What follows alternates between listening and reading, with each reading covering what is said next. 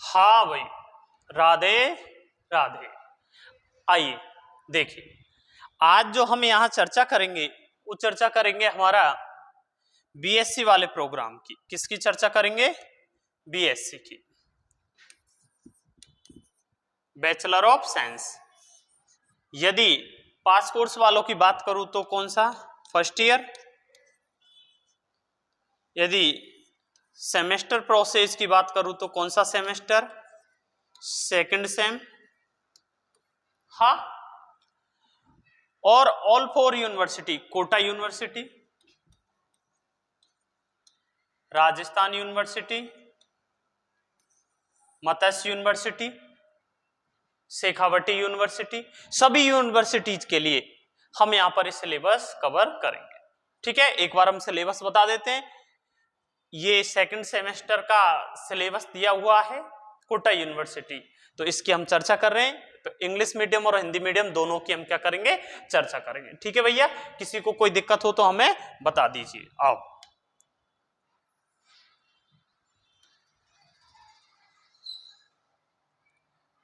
देखिए, इसमें जो है हमारे पास पेपर फिजिक्स इलेक्ट्रोमैग्नेटिज्म। इलेक्ट्रोमैग्नेटिज्म का पेपर है, कितने मार्क्स का है? 70 मार्क्स का। अभी जैसा फर्स्ट पेपर दिया तुमने, फर्स्ट सेमेस्टर में जो पेपर दिया मैकेनिक्स वाला, ऐसे ही ये भी 70 मार्क्स आएगा।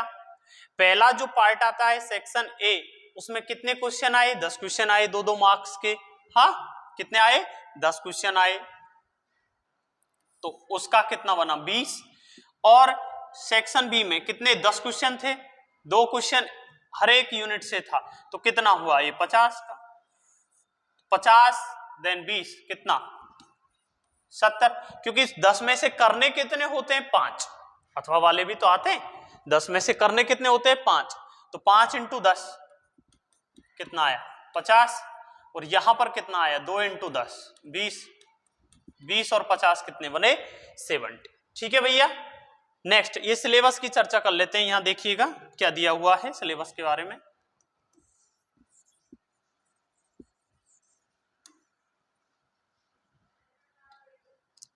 देखिए,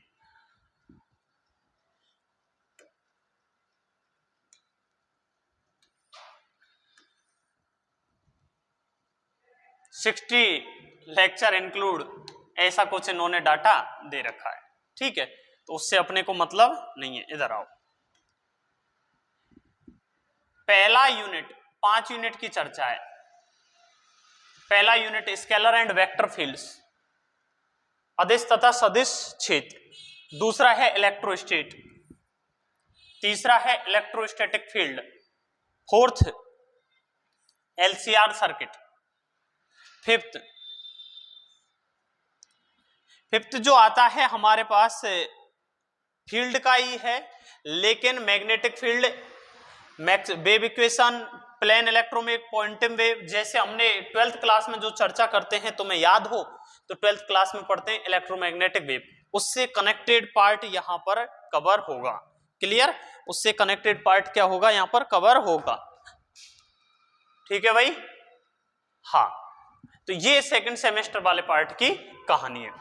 ये कुछ इन्होंने बुक्स दे रखी हैं, जैसे थोड़ा थोड़ा मैं चर्चा कर दूं तुम्हें। फर्स्ट यूनिट में 5 यूनिट है। ठीक है, फर्स्ट यूनिट में स्केलर एंड वेक्टर फील्ड यानी अदिश तथा सदिश क्षेत्र, इनकी हम चर्चा करेंगे सबकी। Gradient, relation between conservative field and potential, line surface, volume integral और vector field concept, flux, divergence of curl, physical significant, Gauss divergence, Stokes curl theorem, इनका प्रूफ आएगा, लिखा हुआ है। डेल एंड लाप्लासियन ऑपरेटर, तो इसको जरा ध्यान से पढ़ें, क्योंकि ये जो ऑपरेटर्स हैं, कर्ल है, डाइवर्जेंस है, कई बच्चे 12th में चर्चा नहीं किए होते हैं। आया बात समझ में? और इसी तरीके से पूरा सिलेबस है, तुमको मैं उसमें ग्रुप में डाल दूंगा, ये सिलेबस चेक कर लेना। ठीक है, ये तो हुई इंग्लिश मीडियम की कहानी। अब आते हैं हिंदी मीडियम पर।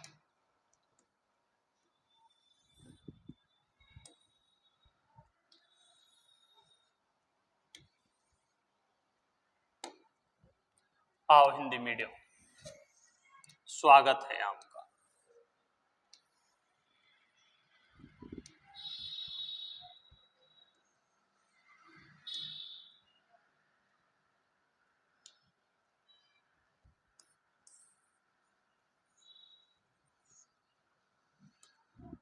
देखो हमारा कौन सा पेपर है, विद्युत चुम्बकीय। हाँ, अब इसमें सेम प्रोसेस है, 70 मार्क्स का पेपर होगा सेमेस्टर वालों के। किसके? सेमेस्टर वालों के। ठीक है, यहां पर यूनिट कितना है? फर्स्ट, पहला यूनिट कौन सा है? अदिश एवं सदिश क्षेत्र, इलेक्ट्रोस्टेट, स्थिर विद्युत की, स्थिर विद्युत क्षेत्र। उसके बाद आ गया सर्किट, एलसीआर सर्किट यहां पर, और उसके बाद हमारे पास आ गया फैराडे का विद्युत चुम्बकीय नियम। ये पांचों यूनिट है। ये क्या है? पांचों यूनिट। इन पांचों यूनिट में से क्वेश्चन आएगा। ठीक है, किसी को यदि कोई दिक्कत हो तो हमें बता दीजिएगा, ये भी हम व्हाट्सएप चैनल में अपलोड कर देंगे। ठीक है भाई, अब आगे बढ़े। पहला यूनिट जो है हमारा, हम सबसे पहले जो चर्चा करेंगे, फर्स्ट यूनिट का चर्चा करेंगे, अदिश एवं सदिश क्षेत्र। अदिश एवं सदिश क्षेत्र की प्रवणता, फर्स्ट इसका टॉपिक है। हाँ, और पहले पार्ट का नाम इस यूनिट के अंदर, ये क्या है? यूनिट। कितनी यूनिट है? ऐसी 5। इस यूनिट के अंदर पहला ही जो हमारा पार्ट है उसका नाम है अदिश एवं सदिश क्षेत्र, स्केलर एंड वेक्टर फील्ड्स। आया बात समझ में? तो इसकी चर्चा करते हैं। चलें आगे भैया। किसी कोई दिक्कत हो तो बता दीजिएगा। ठीक है, नेक्स्ट आगे चलते हैं।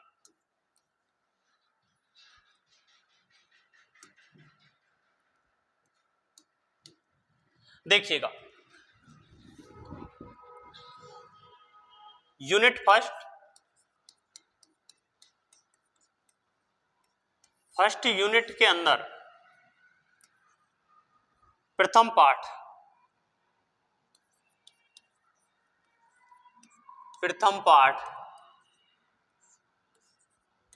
अदिश तथा सदिश क्षेत्र।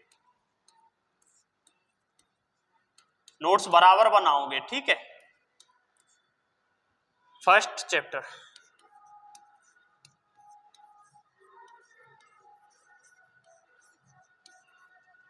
Scalar and vector fields.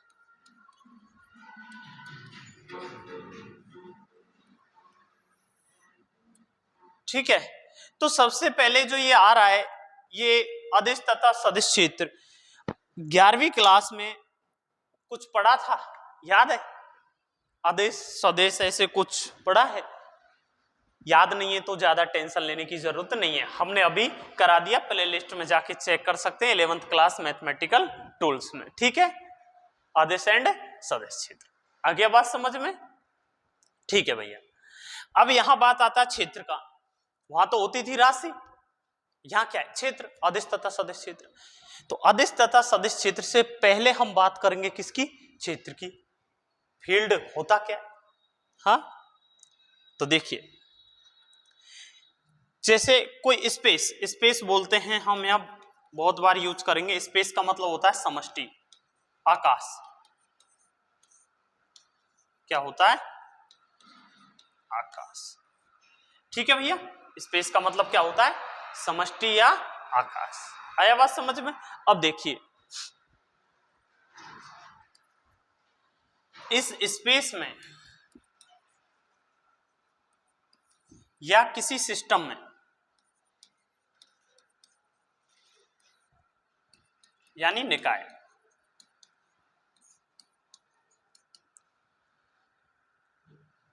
कोई ऐसा क्षेत्र, कोई ऐसा निर्देश तंत्र, पहले निर्देश तंत्र अभी चर्चा करेंगे, ऐसा निर्देश तंत्र जहां पर किसी कण की क्या की जाए? व्याख्या। जैसे कोई पार्टिकल है पी, इसको हमें समझाना है, तो इसके लिए हमने निर्देश तंत्र लिया कौन सा? X, y and z. तो इस कण की हमें क्या करनी है भैया? व्याख्या। इस कण पी को हमें क्या करना है? समझाना है। तो अभी तक हमने जो बेसिक पढ़ा है उसके आधार पर हम जानते हैं कि इस कण के निर्देशांक क्या होंगे? X, y, z. बोलो, ये बात समझ में आई या नहीं? बताओ कि ये कण है, इसको समझाने के लिए हमें क्या चाहिए? इसके निर्देशांक, इसके कोऑर्डिनेट्स। बोलो, आया बात समझ में? इसके क्या चाहिए हमें? कोऑर्डिनेट्स। तो ये एक्स, वाई, जेड से समझते। अब जो सिस्टम लिखा है, स्पेस लिखा है, इसमें एक पॉइंट और आता है, उस पॉइंट की हम चर्चा करते हैं। नेक्स्ट जो आता है वो है निर्देश तंत्र, कोऑर्डिनेट सिस्टम।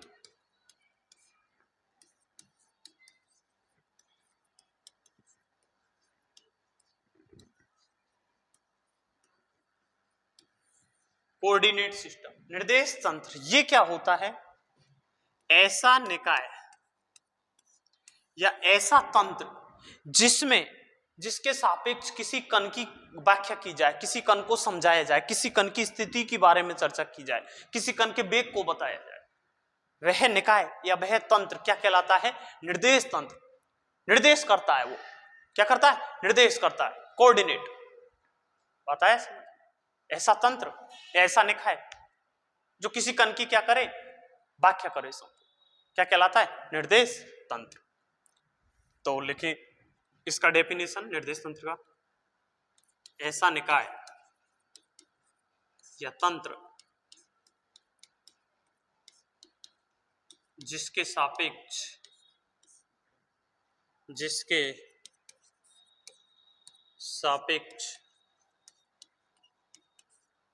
किसी कण की व्याख्या की जाए,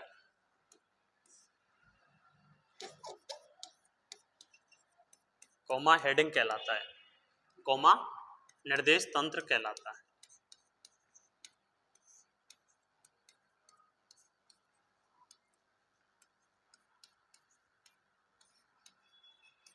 या अथवा दूसरा डेफिनेशन, ऐसा निकाय जिसके सापेक्ष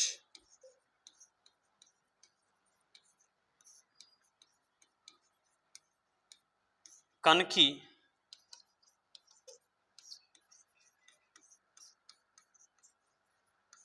स्थिति व्यक्त की जाए, कॉमा क्या कहलाता है भैया? निर्देश तंत्र कहलाता है।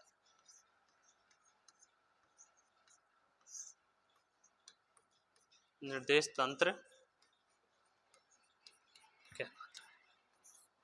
बोलो, बात आया समझ में? क्या करेगा? ये समझाएगा। क्या करेगा? समझाएगा। जैसे अभी हमने देखा था, कौन था ये एक्स वाई जेड, ये क्या है? निर्देश तंत्र। कौन सा है? कार्तीय निर्देश तंत्र, क्योंकि इसके निर्देशांक हैं वो किसके रूप में? X comma y comma z के रूप में, इसलिए निर्देश तंत्र, कार्तीय निर्देश तंत्र। क्लियर? तो निकाय, ऐसा निकाय या तंत्र जिसके सापेक्ष किसी कण की व्याख्या की जाए, ए system which can explain about the any particle is called coordinate system. Clear?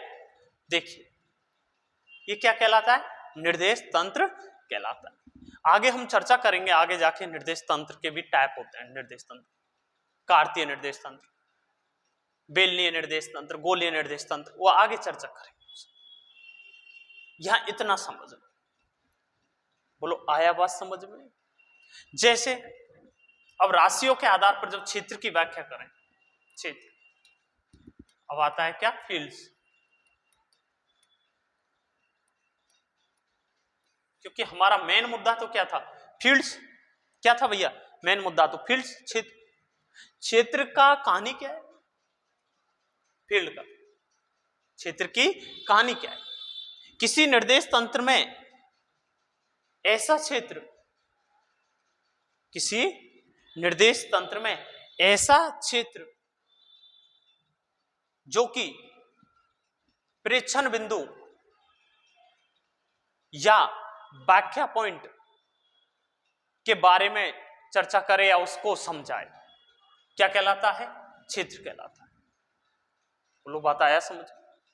क्या है कि इस पूरे समष्टि में, पूरे आकाश में कोई एक ऐसा फील्ड होगा, कोई एक फिक्स फील्ड होगा। हाँ, जैसे जयपुर है, ये जयपुर है, जयपुर का सीमा है, राजस्थान है, राजस्थान का बाउंड्री है, तो राजस्थान का क्षेत्र कितना है? इधर हरियाणा टच में है, हाँ, इधर एमपी टच में है, तो राजस्थान का क्षेत्र फिक्स हो गया। यूनिवर्स तो बहुत बड़ा है, ब्रह्मांड, समष्टि, आकाश। आया बात समझ में? तो हम राजस्थान की जब बात करेंगे तो राजस्थान का क्षेत्र कहां है? बोले एमपी वाली बॉर्डर आ गया, इससे आगे हम नहीं जा सकते। ये हरियाणा बॉर्डर आ गया, इससे आगे हम नहीं जा सकते। इधर पंजाब आ गया, इससे आगे हम नहीं जा सकते। बोलो बात आ रहा है समझ में? तो क्षेत्र फिक्स है। तो किसी निर्देश तंत्र में उपस्थित वह क्षेत्र जिसके सापेक्ष कण की व्याख्या की जाए। क्या लिखेंगे? किसी निर्देश तंत्र में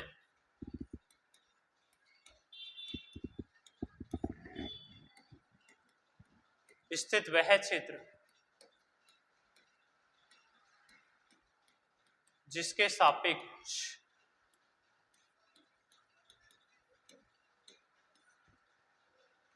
वह भाग, बोल सकते हैं इसको, वह पार्ट, वह भाग जिसके सापेक्ष कण की व्याख्या की जाए, कण को समझाया जाए, कॉमा क्या कहलाता है? क्षेत्र कहलाता है। क्षेत्र कहलाता है। बोलो कोई दिक्कत यहां तक? यानी अब राशियां आ जाती हैं, भौतिक राशि। क्षेत्र में क्या किया जाता है? किसी भी भौतिक राशि को एक्सप्लेन किया जाता है। क्षेत्र में क्या किया जाता है भैया? किसी भी भौतिक राशि को क्या किया जाता है? समझाया जाता है।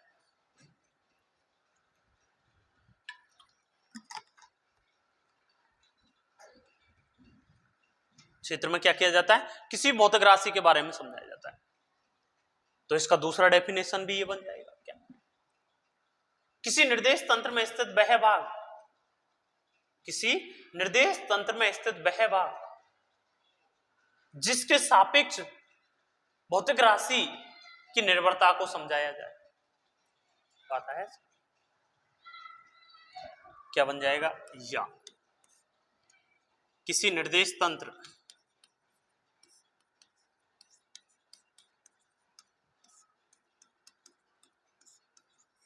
में स्थित वह भाग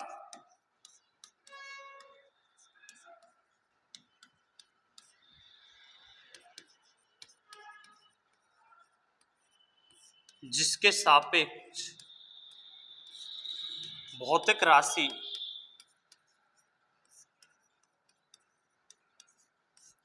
की निर्भरता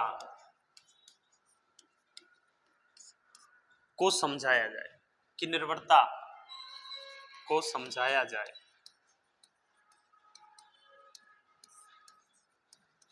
कॉमा क्या कहलाता है? क्षेत्र।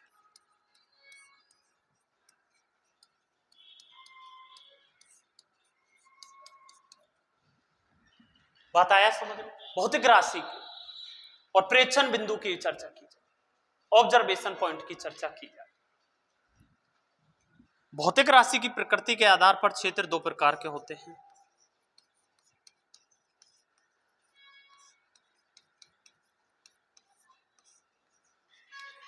भौतिक राशि की प्रकृति के आधार पर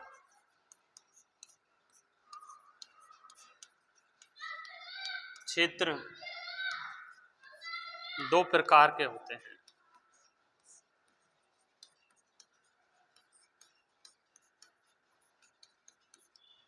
एक आता है आदेश क्षेत्र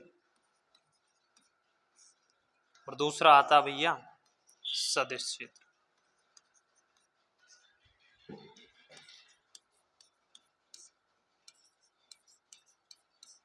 यानी स्केलर फील्ड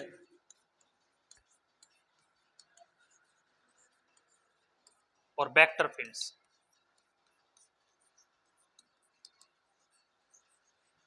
अरे कमेंट करके बता दो, दिख तो रहा है ना तुमको सबको? बोलो बात आया समझ में? अब हम देखेंगे यहां पर scalar field and vector field.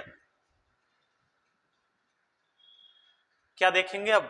Scalar field and vector field. देखिएगा ध्यान से। पहला,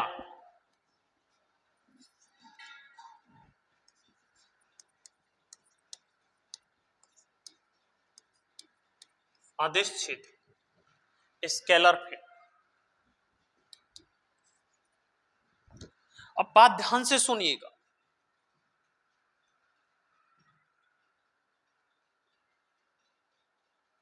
अदिश क्षेत्र और सदिश क्षेत्र दोनों के लिए भौतिक राशि आती है। हम जानते हैं, एक बार मैं थोड़ा सा रिमाइंड करवा दूं 11वीं क्लास की, जो अदिश राशियां होती थी और जो सदिश होती थी, राशि की बात कर रहा हूं, अदिश राशि में केवल क्या होता है, परिमाण, मैग्नीट्यूड, जबकि सदिश में क्या होता है,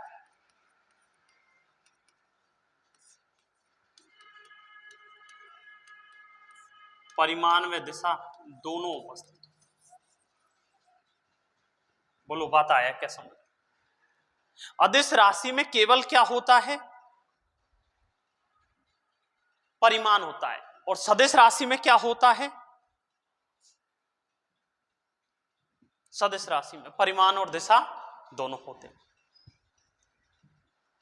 अब जब अदिश राशि में दिशा नहीं होती लेकिन ये निर्भर करेगी, अब अदिश क्षेत्र की जब हम बात करेंगे तो भौतिक राशि की निर्भरता आएगी, सदिश क्षेत्र की बात करेंगे तो भौतिक राशि की क्या आएगी, निर्भरता आएगी। अब कैसे आता है, इस बात को बड़े ध्यान से सुन लीजिए, दोनों यहीं से क्लियर हो जाएंगे।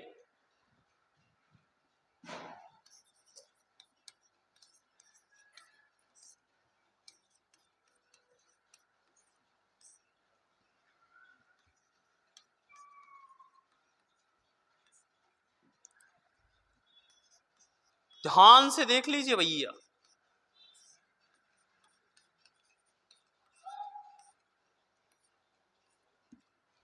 दोनों को यहीं फिनिश कर देते हैं इनके डेफिनेशन। क्षेत्र क्या था, निर्देश बिंदु पर निर्भर करे, प्रेक्षण बिंदु पर निर्भर करे। हाँ, अब किसकी बात करें हम, अदिश क्षेत्र की, ये बीच वाला मिटा दूं, अदिश क्षेत्र की बात करें,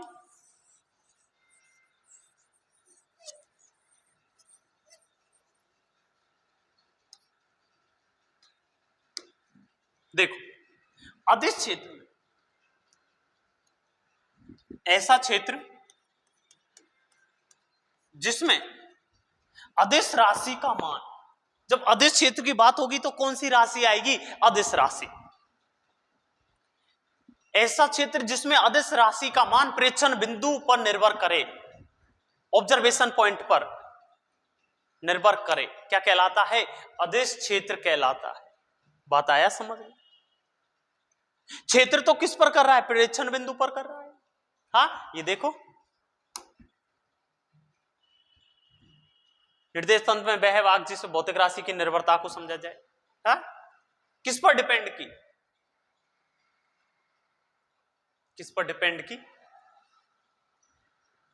इसके प्रेक्षण बिंदु पर, इस भाग पर, कि भाग कहां उपस्थित है।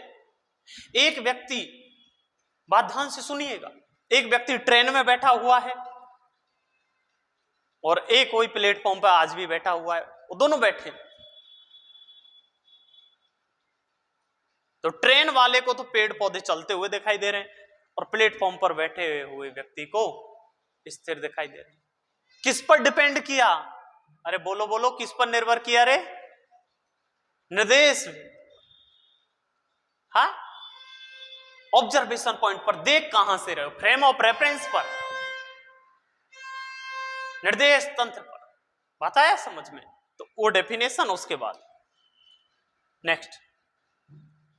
तो अब अदिश क्षेत्र के लिए ऐसा क्षेत्र जिसमें अदिश राशि का मान किस पर निर्भर करेगा, प्रेक्षण बिंदु पर, क्या कहलाएगा, अदिश क्षेत्र कहलाएगा। इसका उदाहरण अभी देखते हैं हम, जैसे पोटेंशियल, विद्युत विभव, गुरुत्वीय विभव, घनत्व डेंसिटी, ताप टेम्परेचर, जो अदिश राशियां होती हैं वही क्या आ रहा है इधर, अदिश क्षेत्र।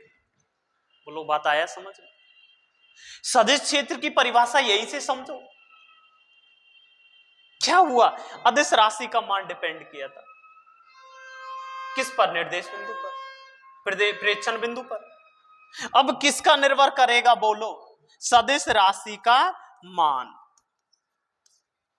और सदिश राशि में तो दो चीज आती है भैया, कौन कौन? परिमाण व दिशा।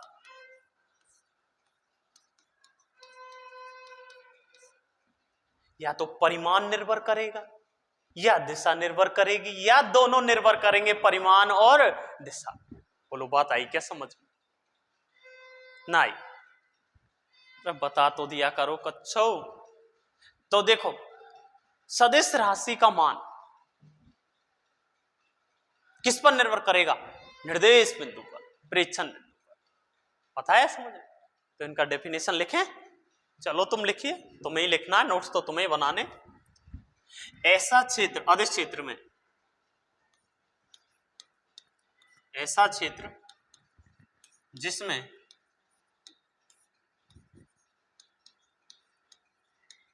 अदिश राशि का मान, अदिश राशि का मान प्रेक्षण बिंदु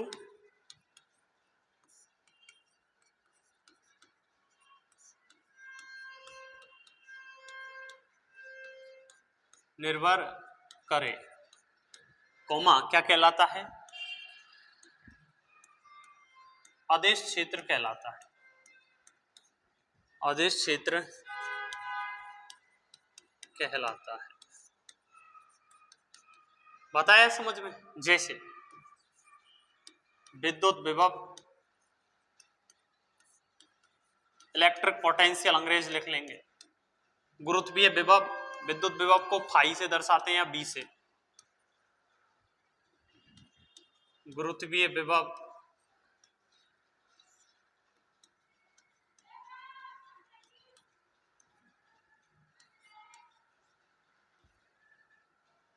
और घनत्व, डेंसिटी, ताप, टेम्परेचर एंड ईटीसी। क्लियर? अगला देखो,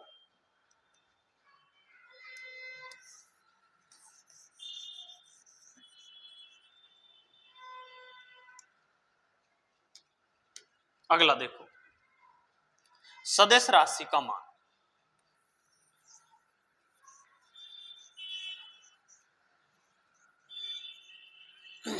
यहां किसका किया? अदिश राशि का मान प्रेक्षण बिंदु पर निर्भर किया। अब किसका करेगा?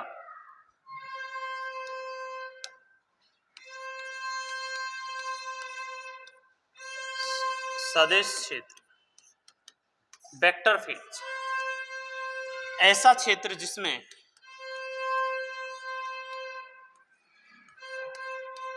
ऐसा क्षेत्र जिसमें सदिश राशि, सदिश राशि का मान प्रेक्षण बिंदु पर निर्भर करे, प्रेक्षण बिंदु पर निर्भर करे, कौमा सदिश क्षेत्र कहलाता है। सदिश क्षेत्र कहलाता है।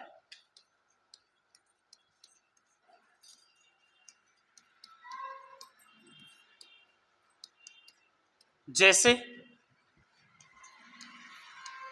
इलेक्ट्रिक फील्ड, विद्युत क्षेत्र,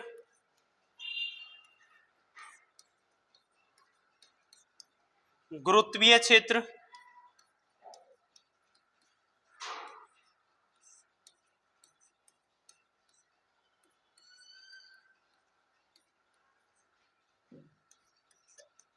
चुंबकीय क्षेत्र,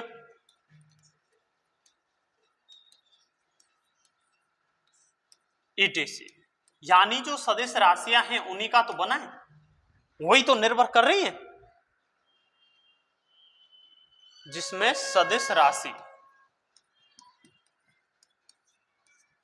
आया बात समझ में? जब अदिश भौतिक राशि का मान निर्देश बिंदु प्रेक्षण बिंदु पर निर्भर करे तो अदिश क्षेत्र, और जब सदिश भौतिक राशि का मान प्रेक्षण बिंदु पर निर्भर करे तो क्या? सदिश क्षेत्र। बोलो, बात आया समझ में?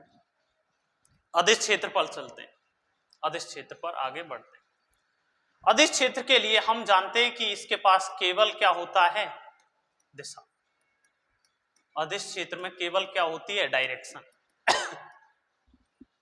अदिश क्षेत्र में क्या होती है? केवल डायरेक्शन। अदिश क्षेत्र में केवल परिमाण होता है, डायरेक्शन नहीं होता।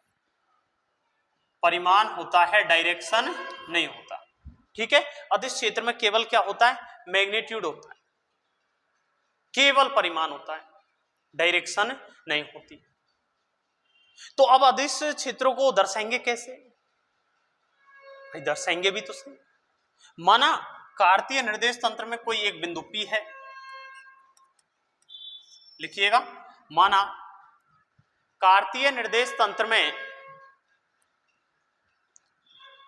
माना कार्तीय निर्देश तंत्र में स्थित किसी बिंदु P के निर्देशांक, माना कार्तीय निर्देश तंत्र में स्थित किसी बिंदु P के निर्देशांक x, y, z हैं,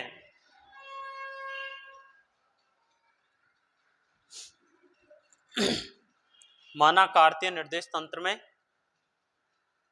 स्थित किसी बिंदु P के निर्देशांक x, y, z हैं, और इस बिंदु P पर किसी भौतिक राशि का मान a है, और इस बिंदु P पर किसी भौतिक राशि का मान कैपिटल A है। बोर्ड पर लिखा हुआ देख लीजिए। अतः A बराबर, हम ये लिखेंगे A x, y, z, ये लिखेंगे हम A x, y, z। ठीक है भाई, आओ। हाँ, वो साइड में चल रहा है उनका, है ना, कोई नहीं, आ जाओ। ए एक्स, y, z हो गया अदिश राशि। अब एक बात हम अच्छे से जानते हैं कि अदिश राशि के पास केवल क्या होता है? परिमाण होता है। केवल क्या होता है अदिश राशि के पास? परिमाण होता है, दिशा नहीं होती। इसलिए हमेशा अदिश राशियों को या अदिश क्षेत्र को, इसलिए अदिश क्षेत्र को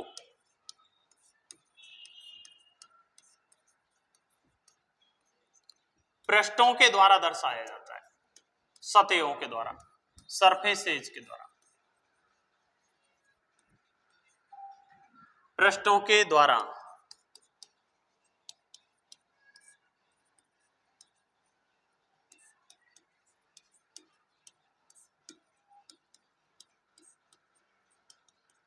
व्यक्त किया जाता है। अदिश क्षेत्रों को किसके द्वारा दर्शाया जाता है? पृष्ठों के द्वारा। इनके कोई दिशा नहीं होते। बोलो, बात आया समझ में?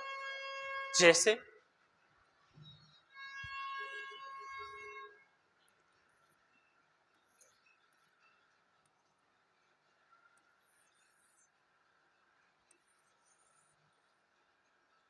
ये सरफेस S1, ये सरफेस S2।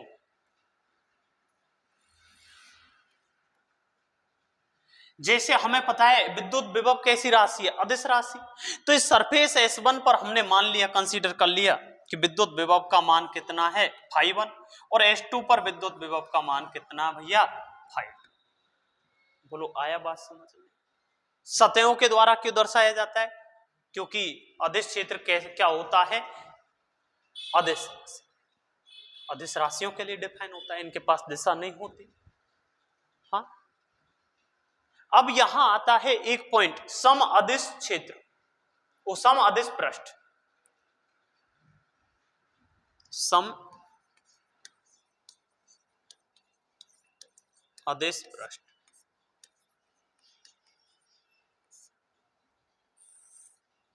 इक्यू scalar surface.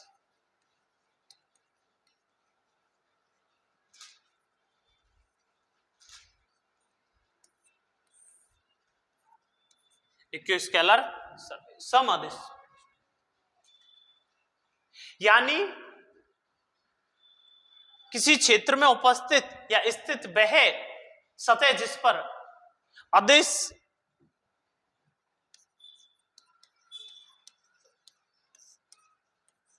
क्षेत्र का मान नियत हो।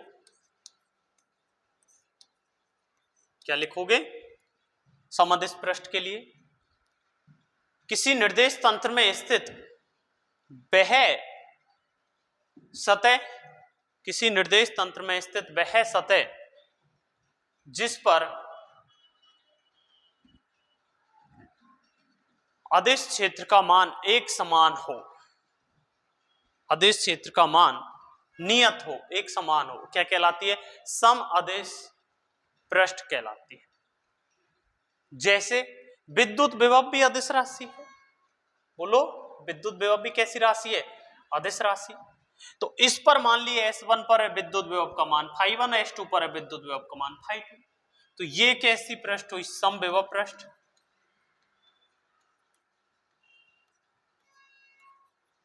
इक्विपोटेंशियल सरफेस, सम विभव। ऐसी सतह जिसके, ऐसी पृष्ठ जिसके प्रत्येक बिंदु पर पोटेंशियल का मान क्या हो? समान। माना इस पर 5 वोल्ट है, इस पर 13 वोल्ट है, तो इसके हर एक पॉइंट पर विभव का मान कैसा होगा? 13 वोल्ट रहेगा हर एक पॉइंट पर। और इस वाली सतह के हर एक बिंदु पर, हर एक बिंदु पर कितना रहेगा? बोलो 5 वोल्ट। तो φ1 बराबर कितना है? 5 volt and φ2 equal to 13। Clear? इस समविभव पृष्ठ, इसके खुद के लिए इसके पूरी सतह पर विभव का मान एक समान रहेगा, नियत रहेगा। ऐसे इस सतह पर रहेगा, इस पर कितना रहेगा? 5, हर एक बिंदु पर 5 वोल्ट है, इसके हर एक पॉइंट पर 13 वोल्ट। समविभव पृष्ठ, ऐसे पृष्ठ जिनके हर एक बिंदु पर विभव का मान क्या हो? नियत हो, क्या कहलाते हैं? इक्विपोटेंशियल सरफेस कहलाते हैं। इक्विपोटेंशियल सरफेस कहलाते हैं।